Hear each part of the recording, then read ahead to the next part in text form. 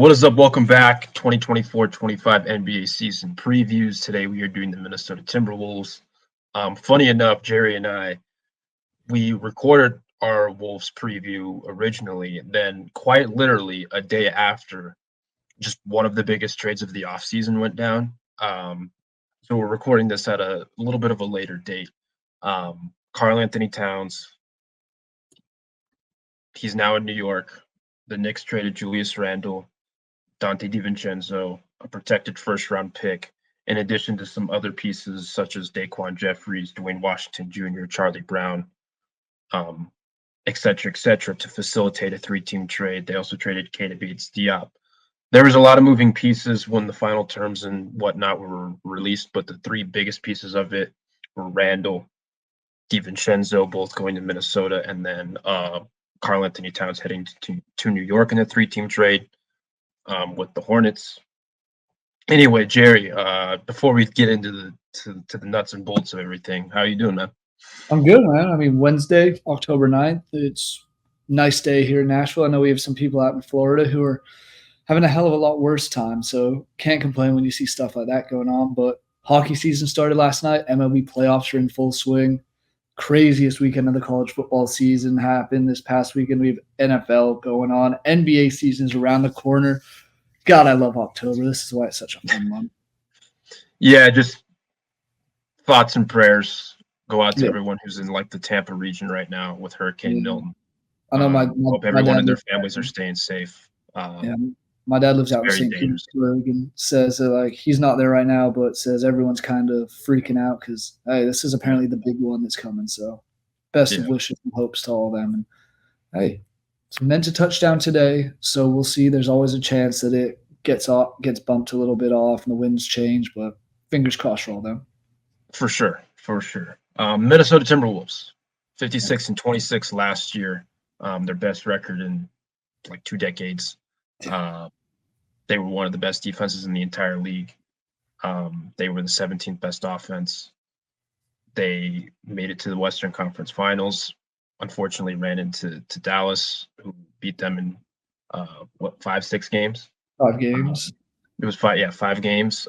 They beat the Denver Nuggets in one of the more incomprehensible Game 7s that I remember ever seeing because Minnesota was down 20. I don't mean to remind you of that, but no, this was a really good season for Minnesota, especially after the Karl-Anthony Towns. He wasn't really healthy the season prior in the first year of the Gobert-Cat duo, and last year you saw it in kind of full swing, even though it was still a little bit clunky offensively. Anthony Edwards obviously continues to ascend as a player. They were getting big contributions last year from guys like McDaniels, Nickeil Alexander-Walker, especially, the second half of the season, obviously Mike Conley. They were getting contributing performances on both ends of the floor with guys like that. And now they're in a little bit of a different context with obviously Julius Randle now kind of replacing Cat. You have Dante DiVincenzo, who I think complements the rest of that backcourt. But what were your pressing thoughts or your immediate reaction to the trade, and where you kind of have settled on it since? I mean, my immediate reaction to the trade was, wow, what the hell is going on? I didn't think Minnesota would ever trade Cat. I thought they'd be more likely to trade Gobert away. I thought Cat and Edwards was that duo that was going to lead them to the promised land, and Gobert was kind of that third wheel, just holding on and enjoying the ride. But so from that aspect, I was surprised, as well as seeing Julius Randle go. I thought, obviously, he was hurt last season a bunch, had his ups and downs in New York, but when he's been healthy and playing well, I think he's a great fit for that team. But that's also my concern, is he's a ball-dominant player. Jalen Brunson's a ball-dominant player. It's hard when you have 2 guys like that. Just look at the team that Minnesota beat in the first round of last season, swept the Phoenix Suns. You have Booker, Beal, Durant. That team should not be getting swept that easily. And to my memory, if it serves me correctly, that wasn't even a close series. Yeah, looking at the closest game was 6 points. That's domination by the Timberwolves, and everything seemed to be clicking. It seemed like they just ran into a juggernaut in Dallas. And realistically, you brought up the Nuggets series. I don't think they should have gotten through that. Blowing 20 points in the Game 7 is unacceptable. Is what it is. I can rant about the Nuggets every day of the week, but hey, I'm not going to. This is a Minnesota Timberwolves preview. But going off like what I think now, I like the trade. At least I like certain aspects of it. Still think Randall and Cat interesting, but I do love the Dante DiVincenzo addition. When we previously recorded this, we were talking about how Rob Dillingham, rookie year, he's going to be the second guard. He's going to have to lead that second unit, and I was a little concerned about that just because he's a rookie. We don't know necessarily how he's going to fit into the league, how he's going to make that transition. But having a guy like Dante DiVincenzo and having him play second fiddle, having Dillingham play second fiddle to him, I think that works much, much better and makes this bench unit a lot better because that was kind of my big concern when we previously recorded. No, that is an interesting point. I do think DiVincenzo, obviously, probably not when you look at just the counting stats. I mean, he still had a remarkable 3-point shooting season last year with New York. But like if you just look at the raw numbers of it, like it wasn't like completely eye popping just from what he did, his complete body of work. But I do think I like him a lot more in this trade than I do Randall, if I'm being completely honest. And I don't know if that's a consensus or what it is, but I do think Dante alongside Rob really helps Rob out, just from also like a size standpoint. Because again, Rob is an incredibly small guard. He's tantalizing with the ball in his hands offensively because of his handle, because of his playmaking, because of his shot making. But he is a small guard. Like he's 6 foot, 160 pounds. He weighs as much as me. And if that's the case, that's a problem in an NBA context. And I think Dante is kind of like a bulldog defender to some extent. Like he can hold his own against, other guards at the point of attack, whether it's, point guards, shooting, or whatever the case is. And so I think what were you going to say? I would say he's listed at 6'5", 205. That's a significant difference between Rob Dillingham and him. And like you can kind of hide Rob a little bit. And obviously you have, Nickeil Alexander-Walker, you have Naz Reid, you have a bunch of other guys who can cover that up. Keita Bates-Diop, who they just got in this trade. Maybe Leonard Miller makes an impact in his, I believe, second year. So like you have guys who can also help Rob, and you can cover those deficiencies up. And really what Minnesota needed last year was their half court offense. Their half court offense was abysmal last year. And like obviously when they just even got like late in games, and not even necessarily that, but just they're functioning in the half court, and then their transition offense wasn't good. Like they really couldn't generate many favorable opportunities in transition, which is a problem if you can't score in the half court. And so that was really like their bugaboo last year. So they may not even need Rob to be like a great defender because of the guys that they have around him. And that's not even listened like if he's playing with some of the starters like McDaniels, like Gobert. Like I know we shit on Gobert a lot just because he's won 4 Defensive Player of the Year awards, but just in that kind of context with what the role he's playing in a regular season, especially, like he's a dominant defender. And he's the anchor for them defensively. And so like Dante just adds to what they can do offensively just with him as a floor spacer. Like he can come off screens. He can be a standstill movement shooter. He can even initiate offense a little bit and have Rob play off the ball. Like I think that fit together is going to gel well. And especially if you put Dante in a context where, he's playing with Conley, certain lineups too, like playing certain lineups with Ant where he's playing off the ball. Like he can really, I think, blossom in addition to what he can do defensively, and just adds to their pedigree on that end of the floor.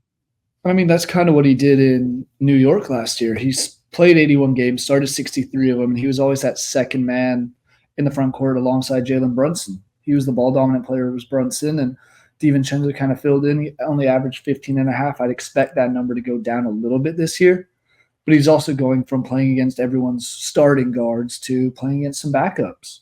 And I think that could benefit him very well. And with his size, with his aggression on defensive end, with his shooting, which was a career high 3-point percentage this past season, or his second best season, he's a very dangerous asset to an already strong team that lacks a little bit of that offensive explosion off the bench. And that's kind of what concerned them against the Nuggets in that early on, and what ended up hindering them against Dallas was in games against the Nuggets where the starters weren't balling out, the bench would fill in and the other guys would fill in. Against Dallas, that just didn't happen, and that was my concern coming into the offseason, was there's that lack of bench depth when they really need it. This addition, alongside Dillingham, Naz Reid, 6th man of the year last year, they're looking I don't know if they won this trade. I don't know if there really is a winner of this trade. It's very kind of both ways. But if I was to pick a winner, I'd say just because of the DiVincenzo part and the little amount that Minnesota really had to give up in the grand scheme of things. Because outside of Cat, they gave up a second-round pick to Charlotte, and that was it. They didn't really give up anything else. So I go back to the Randall part of this. Like I learned this recently. I think I can't remember where exactly it was, but Finch was an assistant with Randall. Like I can't remember if it was with the Lakers or where it was, but he was an assistant. So he was an assistant somewhere where Randall was there, and so like there is some familiarity there, and like he's able. I think it was with New Orleans. Now that I think about it. Yeah, because he never coached. I'm looking at him. He was assistant for Houston, the Nuggets, New Orleans, and the Raptors before getting the Minnesota job. Yeah, okay. I want to say it was with New Orleans. I could be wrong there, but in the grand scheme of things, like in some world, yeah, he can get Randall to his spots, but just Randall's play style, I don't think gels with this group because he's such a ball dominant four. Mm-hmm. Yep. And that's the part where I just can't escape it. Like you're going to have to alter your style of play to play with Anthony Edwards, to play even in the same front court with Rudy Gobert. Like I'm almost I almost like Naz Reid and Rudy Gobert starting and then having Randall off the bench as like a small ball big. But I don't think that's going to happen. And I've gone on about Naz Reid before. Like he should be starting for he'd be starting for like 28, 29. Like he'd be starting for practically every other team just because of how good he actually is. And again, obviously the numbers don't necessarily show that for him, but he's super impactful. He can do literally everything on a basketball floor, and he's like 6'9", 6'10" with very fluid movements, this, that, and the other. Yeah. But just the Randall piece of this is just like we can make the jokes all day about him waving off Anthony Edwards or whatever, and with 2 minutes left in a clutch game. But it's just the fit. Like fit matters in the NBA. Yeah. And I think Cat was a much more seamless fit next to Gobert. Like even if it wasn't always perfect, because it absolutely was not always perfect, I think it was just a more seamless. It made more sense. And I do think again, Randall, there is a world where Randall does like blossom in this, but I'd have to see it to believe it, I guess, if that makes sense. Like I think he can fit in certain lineups, but I don't think he fits with Gobert at all. I just don't. I think he can hold up defensively to some extent, but I don't. Offensively, I just think that it's too clunky in the front court. The spacing is too clunky. I think Randall doesn't necessarily operate where Gobert wants to be, but he always operates in that kind of mid post-ish area. Like he can obviously I don't remember how many attempts he had last year per game, but I want to say it was like 5 or 6 from deep. Like it wasn't crazy volume, but it wasn't like nothing. But he likes to operate in that mid post area, and I just don't know how he fits off ball with. Again, I'd have to have someone smarter explain it to me because I'm just not.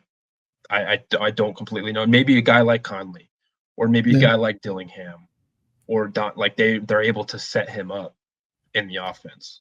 I mean, especially when Gobert's not on the floor, but I just don't know. And so that's where it's like I like this part more for New York because you're developing the 5-out. Like the NBA is transitioning to more of a 5-out system, 5-out setting.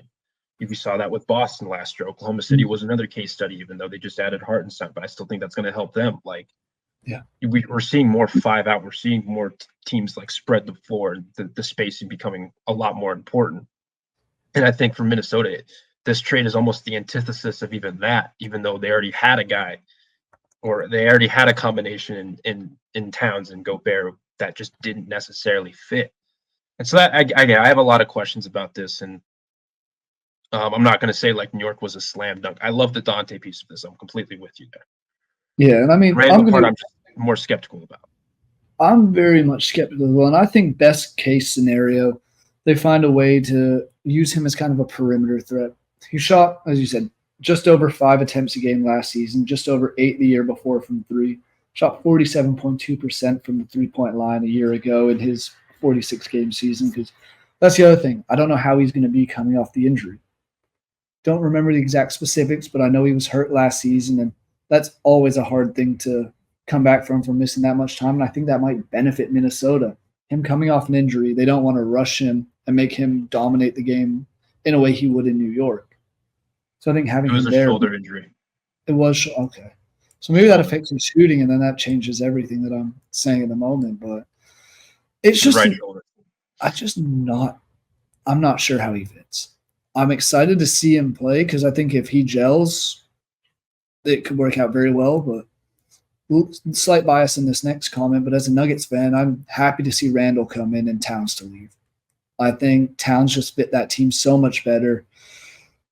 And I was a hell of a lot more concerned with Towns and Gobert down there than Randall and Gobert. And I love the shot of Zeke Naji. I also wouldn't mind seeing at some point throughout the season a small ball lineup where maybe it's Julius Randle and Zeke Naji playing alongside a couple other the guards. And don't know how exactly that would all work out, but that's just another thought you could throw out there. So You mean Nas?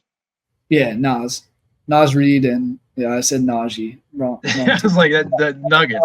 Got my words confused. Tripped myself up. But no, see Nas and Julius Randle out there would be intriguing to say the least. I think that fits better. Yeah. Than Randall and Gobert. It's almost like the Warriors small ball. Obviously, like the quality of players isn't the same as the Warriors when you have Durant, Clay, and Curry out there with Draymond, but it's the same sort of idea. If you use the small ball lineup, this is where they would have to improve on their fast break and they're going the other way. But if they can figure that out, I think that could work out very well. They lost Kyle Anderson and Monty Morris in the offseason in addition to TJ Warren and Jordan McLaughlin. They added Rob Dillingham, as we talked about. They traded a 2031 pick swap plus, I think, a 2030 first-round pick to San Antonio. They traded into the top 10, grabbed Rob Dillingham, which I thought was a good fit for them. They drafted Terrence Shannon Jr., who had legal troubles before the draft. That got cleared up. He got drafted number 27 overall at the back end of the first round. What I know, mine was when we did this the first time. My X factor was Dillingham. Yeah. Has yours? I think I want to say mine's probably Randall, but like, where's your head at now that we know what we know, just from this? Now that we know what was your X factor for this season for Minnesota? Because I was kind of on the same board, was my just overall, if I had a specific player, it was going to be Dillingham and Nas Reed. But overall, I just thought this bench unit needed to prove that they actually deserve the minutes, and it's not just give the starters 35 plus a game. But now it's Randall's a solid one as well, but I'm going DiVincenzo. I want to see how he leads the second unit, see how he helps mentor. Because, I mean, he's been in the league since, 2017, 2018? 2018 he was drafted. So he's been in the league for coming on 6 years now, and I'm curious to see how he uses that veteran mindset. And obviously it's a lot smaller of a market now, and I know he only played one season in New York, but I'm curious to see how he leads that second unit and helps mentor potentially. Him and Mike Conley mentoring the young guard in Dillingham. I think that's going to be my X factor because there's only so much longer for Mike Conley in this league, and I think they're building a way for Dillingham and potentially DiVincenzo to be those second and third guards behind Edwards. Yeah. I will say just before I stop on DiVincenzo, I wish we had gotten a season of the Villanova Knicks. Yeah, me too. I think that would have been a blast. So bummed about that, but I saw some reports from people I know and people that I respect that maybe DiVincenzo wasn't as happy being in that situation. Again, I'm not saying that's true or not true, whatever the case is, but I did think once that broke, again, assuming it is true, I obviously don't know these guys personally, but I did think that was like interesting. I didn't think that was like he wasn't as thrilled as the other, three Nova Knicks or whatever we want to call them. But I am with you. I do wish we would have saw it. I thought it would have been a really fun storyline. I think those guys complement each other in certain ways. It was four of them, wasn't it? It was Yeah, Bridges. well, it was Brunson, Hart, Bridges, Hart, and Hart DiVincenzo. was forgetting. Yeah.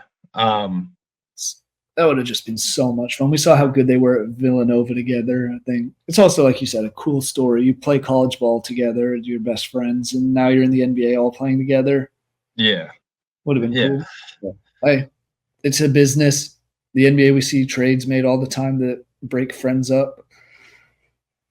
So, hey. Yeah. And I mean, I wasn't really as surprised with Cat getting traded to New York.